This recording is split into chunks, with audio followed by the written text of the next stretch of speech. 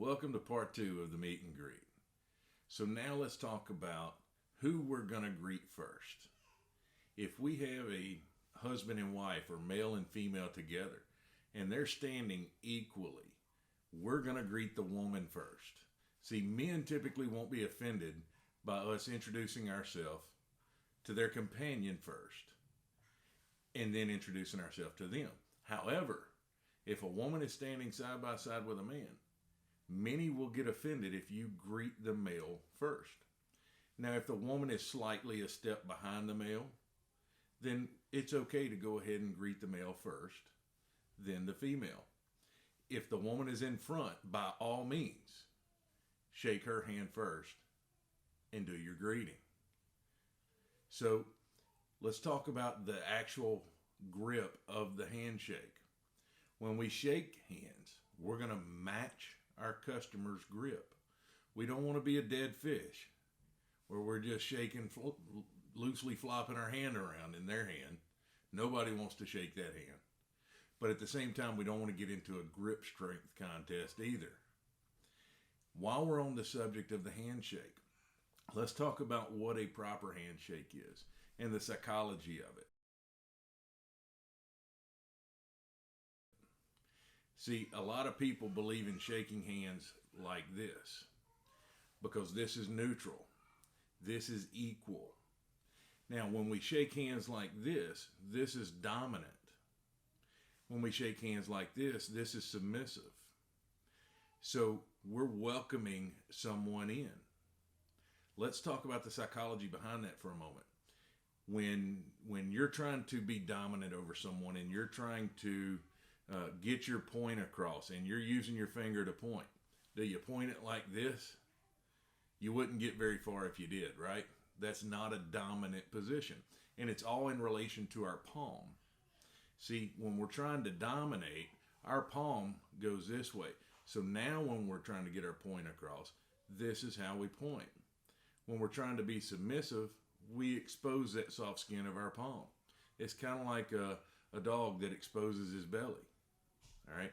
Now, not only does this welcome the customer in to shake our hands, it also naturally opens up the shoulder, exposes the chest. Internally, you feel comfortable. Internally, that customer feels comfortable because they feel at this point that they're in control. So the next time that you go to shake your customer's hands, try it. See how you feel. Watch how they feel. Don't grab your customer's hands like this. You will turn them away in that first 6 seconds, which is ultra important. Let's talk about the verbiage for a moment. The verbiage is the easiest part of this. And for you guys that do have training at your dealership, I'm not trying to change your store's verbiage. If they've got a verbiage that works and it works for you and that's what they train on, then by all means use it. But my verbiage is simply this. Welcome to, my name is, and you are. And I'm saying that verbiage right as I'm shaking that customer's hands and right as I'm smiling. Welcome to ABC Motors. My name is Aaron, and you are. And then I will release that handshake as soon as the customer gives me their name. At that moment, I'm going to hang on for just that extra second until I get their name. Then I'm going to let go. So it's welcome to ABC Motors. My name is Aaron, and you are, as I'm shaking their hand. So now we've gotten the handshake out of the way. At this point, use whatever verbiage your store recommends. Personally, I always say, what can I get you information on today? Your store might have, do you have an appointment with one of our staff? Have you spoken to someone here previously? Whatever that verbiage is, at the end, use it and get ready to start transitioning into the needs assessment. Once we finish with the handshake, let's talk about another key component of our meet and greet, and it's our positioning. See, when we're dealing with a female as males, females prefer that we meet them head on so that they can see everything that's going on, not that we're shifting off to one side where we're starting to get out of their peripheral vision. It makes them uncomfortable when we get to that point. So when you're meeting and greeting that female and you're getting ready to begin your needs assessment, pay attention to your positioning. Greet them head on, shake their hand, do your meet and greet, get the name exchange, and then communicate into your needs assessment head on. For males, it's exactly the opposite. Males don't want to stand directly in front of each other. Males, at that point, the alpha kicks in us, and it starts to feel confrontational. Very seldom do you see a confrontation that doesn't start like this, unless it starts like this with someone sneaking up.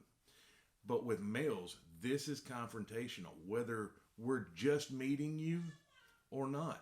Pay attention to your surroundings, whether it's a church or the bar or wherever you're at. Pay attention to natural interaction between males. And what males tend to do when they're comfortable is they corner off. They stand shoulder to shoulder looking towards the same general direction with their head turned. And this is how they communicate. And they do so because it puts us at ease, it makes us comfortable and non-confrontational. So the last part of this, guys, before we transfer into the needs assessment, is make sure you pay attention to your positioning before moving forward. So guys, I hope you like the meet and greet section of this training. Before I go, please make sure you like and subscribe. It allows my content to get pushed out to more viewers due to the algorithms that YouTube has set up. Also, if you're interested, we have a car sales professionals group on Facebook. It is in the description. Just click the link and click join. You can connect with a bunch of individuals just like you that are quality individuals looking to grow and get better. Now, if you like and your learning is more visual rather than auditory, you can also go to my page. It's in the description as well. And you can get this content on my website in a digital download PDF. Guys, thanks for watching, and I'll see you in the needs assessment.